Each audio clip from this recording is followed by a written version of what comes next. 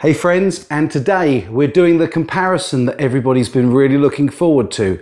We're going to compare an Epiphone Les Paul to a Chibson Les Paul, coming right up. Yes, and welcome back to the studio on this beautiful sunny British afternoon, and I'm going to do the comparison that everybody has wanted to see. The amount of times when I've done anything about a Chibson that people have said there is only one Gibson Les Paul alternative, and that is the Epiphone Les Paul. Now this is an Epiphone Les Paul Standard Pro, which is a really quite a nice one. And just to give you a bit of background on these, the specs, it's got AAA flamed maple veneer. As per the Chibson and as per Gibson as well, the mahogany neck and mahogany body are in common, and the only difference being that this one does have a maple cap, but like the Chibson it's a standard maple cap, and then the finish is a veneer finish. This has also got a really nice 60s style slim tapered neck, which I hope you can see there. I'm really quite impressed with this neck profile. It's very easy to play. And the fingerboard is a 12-inch radius, exactly the same as the Chibson. Although the fingerboard material on this isn't rosewood like the Chibson, this is an alternative, and I'm not quite sure how you pronounce this, but I think it's Pau Ferro, which is spelled P-A-U, and the new word F-E-R-R-O. Which I think is a rosewood alternative, but it looks very nice. The grain is certainly much nicer than on the Chibson. This has also got two Epiphone Pro Bucker 3s in it, and these are a really nice pickup. So I've been very impressed with the sound of this. The addition of push-pulls on the volume and tone give you a coil tap. I'm reliably informed by the website that I went to get the information. I would have thought it would be a split, but I'm told it's a coil tap. So there we are. The hardware on this is Locktone nickel, and it's got Grover, proper, not fake, Grover machine heads. And this one retails in the UK at £449, and this one cost me £249.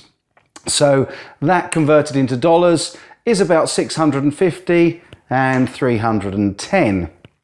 Now, you might have noticed my sign, and it says, as the title of this video will probably be, OMG Chibson is Epiphone. Now, I need to justify that, because one of the things that really quite scared me when I first got this guitar out was just how similar it is to the Chibson in terms of the build, and also the differences between an Epiphone and a real Gibson are exactly the same set of tells as a Chibson, being able to tell a Chibson from a real Gibson. In that, the main things are that although this one's had it changed out, it's got the Epiphone style cross-headed screw on the bridge. It's also got the slightly wider pickup surround, but the big tell comes with the headstock brake angle, which you will see is absolutely identical between the two. So what am I saying? Am I saying that Chibsons are built in the Epiphone factory? No, I'm not saying that. I'm definitely not saying that. But what I think for sure that a lot of the Chinese fakes are, is they are based on an original guitar that's taken, and specifications are taken from that guitar, measurements, and they develop a blueprint for the fakes. So I seriously believe that, for example, the PRS clones and fakes are probably built from them buying a standard PRS, taking all the measurements off and then building it to that specification. Whereas what I think's happened with the Chibsons is that where Epiphone have been licensed Gibsons over in China, I think the blueprints have gone astray and found their way into the wrong hands. I don't want to make any aspersions about whether or not the Epiphone factory is involved in building these. I like to think and strongly believe that they're not. The other thing is, one of the biggest differences that you can see between the two, particularly these two, is the bottom horn. This is very much more pointy, and this one is a little more rounded. Now, I know that Gibson have had various different styles of bottom bout horn over the years, so this is not necessarily correct, but I think it looks more like a real Gibson. But the thing that I found is that both of these guitars are incredibly similarly built. One of the other tells is the body thickness. And again, the thickness of these two bodies is pretty much identical. So that's why I'm going to make the statement OMG Chibson is Epiphone, because I think rather than being based off of a Gibson Les Paul, I think all of the Chibsons are based off of an Epiphone Les Paul, because they display all of the same differences between a real Gibson as the Epiphone does.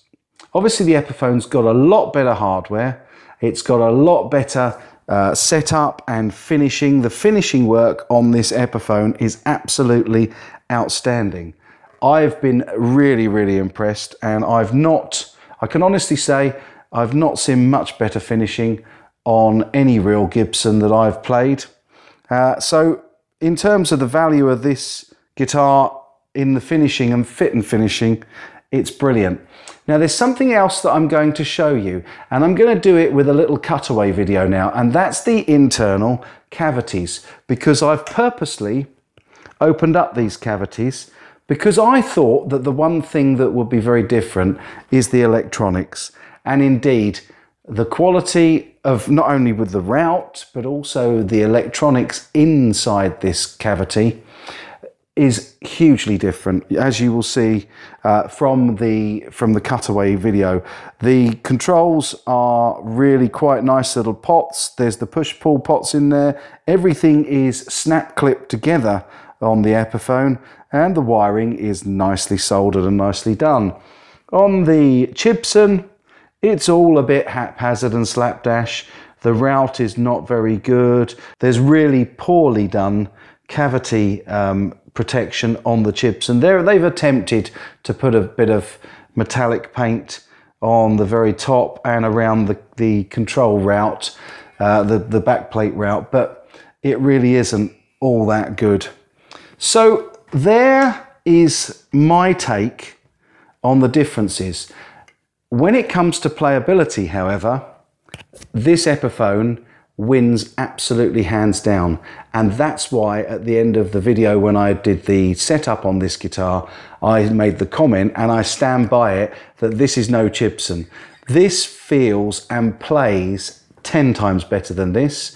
What's more, I'm hazarding a guess that the fretwork is accurate, whereas on this I believe that the scale length and the fret positions may well be out. I've had to push this bridge right the way as far back as it will go to get any intonation, whereas this is nicely adjusted. It hasn't obviously got backwards and forwards adjustment like the roller bridge, which I strongly recommend, by the way, on the Chibson that I've swapped out, because the original bridge, when it was a Epiphone style bridge, was impossible, absolutely impossible to set up.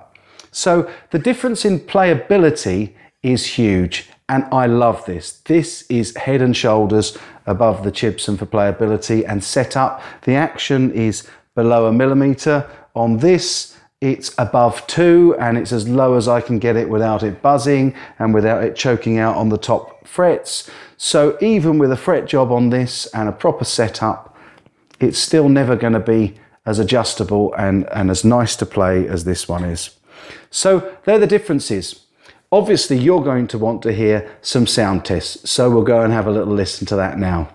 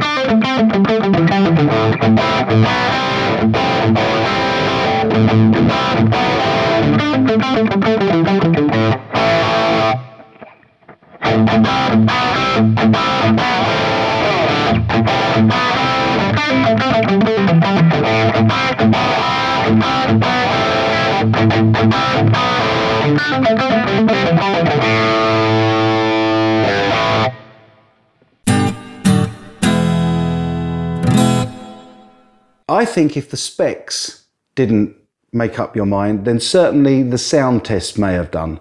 I think that this holds its own pretty well, to be perfectly honest, but again, this for me knocks it out of the ballpark, and I'm really, really impressed with the playability and the tones coming out of this, not to mention the fact that you can also tap these beautiful Pro Bucker 3 pickups.